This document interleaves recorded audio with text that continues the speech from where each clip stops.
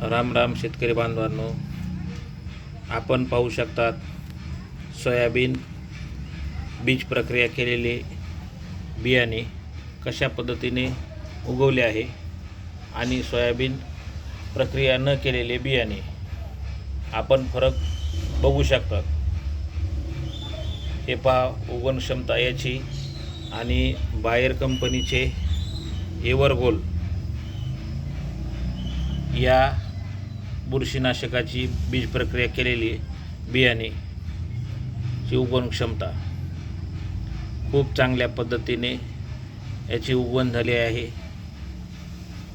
आपण हा फरक बघू शकता। शेतकरी बांधवांना विनंती आहे की आपण बायर कंपनीचे एव्हरगोल्ड एक्सटेंड हे बियाणे सोयाबीन बीज प्रक्रियेसाठी वापरावे। धन्यवाद।